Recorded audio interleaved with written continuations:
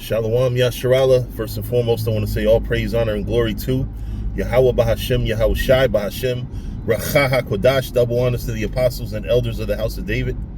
Salutations to you brothers throughout the four corners of the earth, teaching the truth in righteousness and sincerity. To you Israelite foreigners, come back home to the truth. To those that passed on serving the Lord, the dead in Yahweh Shai shall arise first. To you sisters who believe, keep encouraging your brothers out here teaching this truth, and always commemorate the sister who washed Yahweh Shai feet when you read the scriptures. All right, I wanted to respond, although my commentary is not necessary, but I think that there's more information that we can gather from this video where the brother, he, the Edomite pulled a gun on him. Turned out to be a BB gun, but at the time, that shit did look like a real gun. You know, you don't find out it's a BB gun really until it's spoken about. You know what I mean? Like, I didn't, even after it was said it was a BB gun, I'm looking at the shit on camera, that shit looked like a real gun. Not that I'm the biggest gun expert. I know somebody, a whole lot of somebodies in Israel are gonna have jokes about how do you not know about a gun, but anyway. On a serious level, that brother did some good things and some things that just like a brother said in the chat, just like in a football game, you can always watch a play, watch the tape, and see what could have been cleaned up. Because even if you won the game, there's still things that could have been done better. So, and there's also advice for Israel, period. It doesn't have to be about him. In fact, I'm going to go over things and I'm going to say things in this video that are just general, hey, we can do better, right? Not that the brother did a whole lot of wrong in the video, but one thing is, it was already said. I'm just going to restate it to leave no stone unturned. Definitely try to link up with brothers. It's so difficult having a camp by yourself. So, yeah, so that's one. Two is pick a spot where you have a wall behind you so that nobody can come from behind the camp and attack you. I know we don't do that, maybe something we may look into, I don't know, but definitely one suggestion is eliminate the possibility that you have a blind side behind you when you're going to camp, because you're over here passionate speaking in front of you. You don't know what's coming from behind you. It might be somebody you done rebuked at camp. It might be somebody that got cursed out by a whole nother group of Israelites, and now they see you by yourself, or they might see you vulnerable, and they'll come from behind you and do something to you.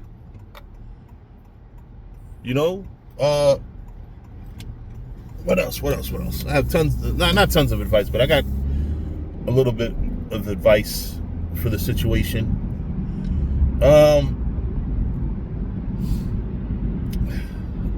Try to have, I know a lot of camps like to split up so you can cover more ground, but in these times, it's better to stick together. At least, if you have 10 brothers, okay, 2 camps of 5. I think an ideal camp is 5. And when you read the scriptures, you have men holding post. You have a reader, a speaker. At least 4. I'll say at least 4. A reader, speaker. And it really should be somebody behind the camera, so 5. A reader, speaker, 2 men holding posts. And the men that's holding posts don't pull scriptures. And if you're going to pull a scripture, let somebody relieve you of your duty. Like, camp is an orderly thing. It's supposed to be an orderly thing. More now than ever do I suggest, brothers, stop all that. Everyone in the damn camp is a speaker. No. For the day, you have men speaking, and then you have, you may have men feeding scriptures here and there, but for the most part, you have a speaker. One speaker at a time. Especially not the brothers that's holding posts. Y'all need to be focused on incoming traffic, anything that looks weird or off. It's a brother in my camp, Zakaria. He's a perfect example of somebody who sees, danger coming. He can see, because he always tells, even though I already be seeing the people he be telling me, because I gotta, you from the hood, you aware of your surroundings. Because that's another thing. When you go to camp, whether you from the hood or not, be aware of your surroundings. You have to understand that we're preaching something that's very offensive to a lot of people in this world. Extremely offensive. And if you're not careful, somebody can get offended and do something to you. Thank the Most High, this brother made it out of that situation safe. In fact, he beat the damn cracker's ass. But be very careful, be very vigilant, be very watchful. You men holding posts, you're the eyes of the camp. You're the one that's looking around, because the speaker and the reader should be so involved in what they're saying and reading that they shouldn't have a chance to look around. You men holding posts got to protect them. You men holding posts better not let nobody get to the speaker or the reader. Always, always, always keep somebody 2 arm lengths away from the reader. About 6 feet. Social distancing. Make sure that anybody coming up to ask questions, now here's where the not being a novice comes in. Just because you have to keep somebody a certain distance from the speaker and the reader doesn't mean that you got to be rude to them. You'd be like, hey brother, we want to keep a certain distance, we don't know, or we don't want to assume, or whatever. Like find a way to say what you have to say, because people in the world will take it as a challenge. Oh, what you mean step back? So you have to find a way, which is pretty simple. Just be brotherly and say, look, we want to keep a certain distance between people and us, because we don't know what type of spirit people are coming in. Maybe as we get to know each other, we can permit to close the gap a little bit more. But right now, since this is our first time interacting with you, we would like to keep a good 6-7 feet distance. If you don't want to say 6 because you have a problem with the number 6, fine, 7 feet. But not 5 feet, not anything less than 6 feet. Also, you brothers that's holding posts, keep an eye out on anybody that comes anywhere near the camp. Watch people's hands. 9 times out of 10, without the hands, you can't hurt anybody, right? Like what are people gonna do if somebody comes with a knife, a gun? They're gonna have to use their hands to stab a nigga. What the fuck, you gonna stab a nigga with your teeth? So keep an eye on people's hands when they come anywhere near the camp. You know what I'm saying? Don't overreact, because then you can cause the camp to get into trouble. Don't overreact. Just be cold and calculated. Let's see, what other advice do I have? I mean, the brothers holding posts, man, y'all should really be vigilant. That's all I could really say. The reader and the speaker, they're already in the program, reading and speaking. That's what we all do in Israel. But the problem is that we don't have enough security. We take it lightly. Oh, we're in a park. Nobody's gonna. You don't know what the hell somebody's gonna do to you.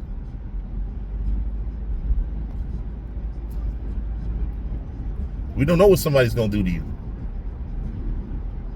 Another thing that was already said, but I'm just gonna state it for those that didn't watch the other videos. Definitely. Oh shit, music louder than I thought. You want to go somewhere where you're visible. Now this is something that has a negative side, because sometimes more people around means more people to argue with. You know, but teach the word of the Most High somewhere where it's more populated at. You know, and especially like if you're low in numbers. I mean, shit, we used to have a brigade at camp with us. Somebody stepped crazy, we had 10 brothers to fight if we had to defend ourselves. But just make sure that you know, try to go to camp in places where there's mad people at. Now, one thing I did want to say that the brother did that I have to respectfully tell you should have done different.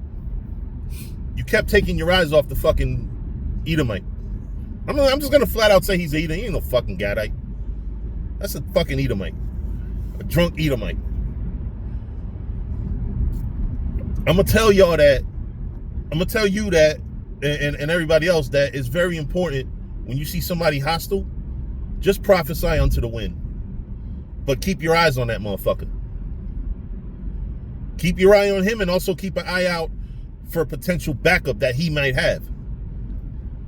Motherfuckers that live in the street, like he look like he lives in the streets. He doesn't look like he has a job. He doesn't, and you know, don't judge according to appearance, but also don't assume that the man is anything. You know, assume that he may have backup or somebody else, drinking partners, whatever. How many people be out in the street drunk alone, and they got that way alone? You know, so be very careful and vigilant for that.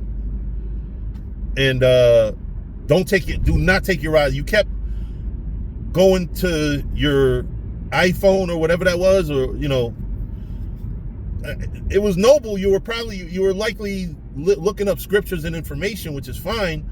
But at that moment, you don't have nobody holding post for you. You by yourself. I really, genuinely, and out of love, suggest that next time, if Lord forbid there's a next time, do not take your eyes off the fucking person that's coming up to you hostile. I mean, I was nervous watching the video for you when I didn't know how it ended. You know, I was watching the video, I'm like, shit, he keeps taking his eyes off. Now, the other motherfucker's stupid. Because if you're going to attack, and you see somebody keeps taking their fucking eyes off of you,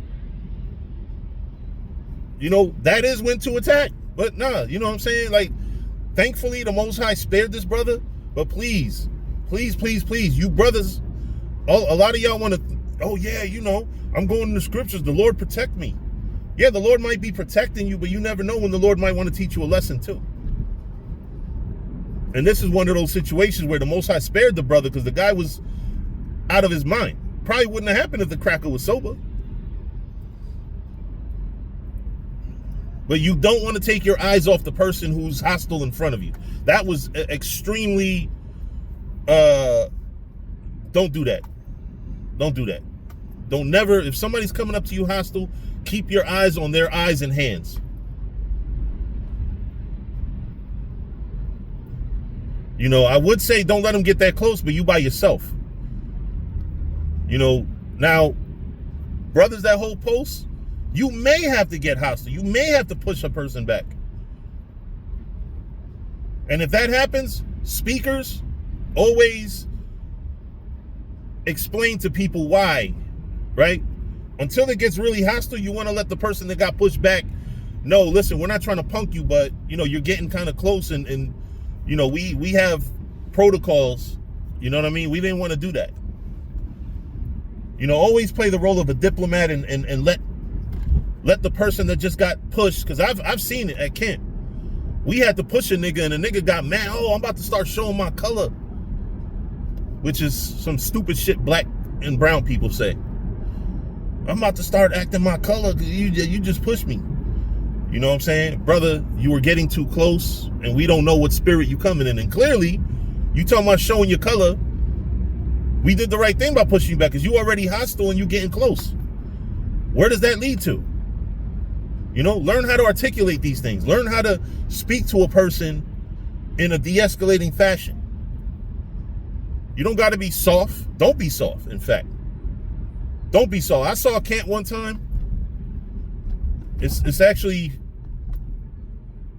shit. Everybody in that camp is no longer with Men of Valor, but I saw a camp a long time ago. You had one brother that was being the diplomat, and then you had another brother who's being a total idiot, speaking when just out of turn. You're on the side, like, you know, whatever. The brother, the leader of the camp is handling a rough situation, and then you on the side throwing in stupid shit. And then when the guy takes offense to something you said, oh, no disrespect, with your hand out like, nah, nigga, you shouldn't have said shit to begin with. Let the leader handle it. Let the leader handle it. At that point, and that's another thing too. You brothers at camp, you brothers that are not leaders or have your leaders at camp, let your leaders deal with a situation. You know, the brothers who hold in post always, yeah, y'all deal with it physically, but like say the police come to the camp, let the leaders deal with it. You don't need 10 other niggas. You got men that's into sovereignty and trying to back down the nigga. You're not gonna back down the police, man. And if you do, I would be very scared to walk around after quote unquote putting a police officer in their place. Because a lot of you niggas be making enemies and you don't even know it. Next thing you know, you get stopped while you're driving and the cop recognizes you and you get a bad one. Whether it's extra tickets or whatever. Listen, deal diplomatically with the cops. It should be older men in these camps. You know, a 19-year-old talking to a cop is not usually a good look unless that 19-year-old is wise beyond his years. Don't be a YN. Let the elder men in the camp handle it. You know, agree with thine adversary quickly.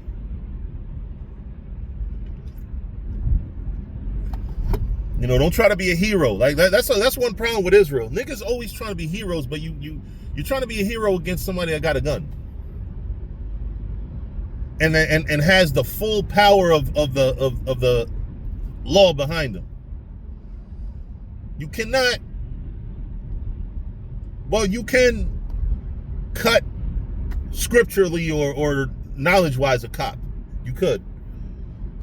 But what happens when you do that? You embarrass him or her, and now you dealing with another potential situation. Scriptures tell you how to deal with these cops. Agree with thine adversary quickly. You know, if you got to fight a situation, fight it in court with lawyers or whatever. Don't sit there and try to fucking go back and forth with a cop. It won't end well for you if you are an Israelite. Cops always win.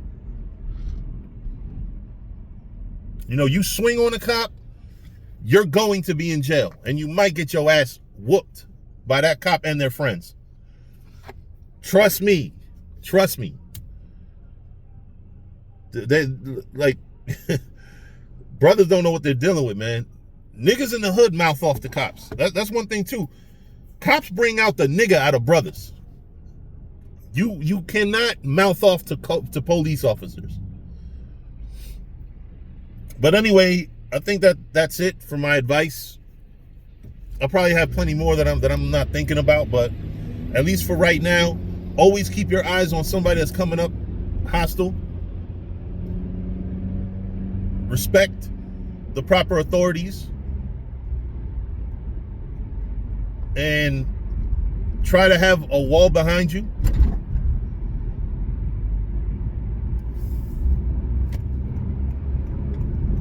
Try to have a wall behind you. And also watch the way you talk to people. Because you got to understand something. You see hundreds of people walking past back and forth to the camp. Be careful how you talk to people. You know, being an Israelite shouldn't make you think you're tough. And trust me, I was one of the toughest talkers back in the day. I mean, why wouldn't I? I had all these men around me, You know what I'm saying? And we was, you know, not necessarily everybody was trained to fight, but, you know, rough men. You know, I had a brother named Basadar, Tawabra Khan, them two brothers right there by themselves would pound out anybody, pause, that came up to the camp and think that they're gonna impose their will. So just be very extremely cautious of how you speak to people.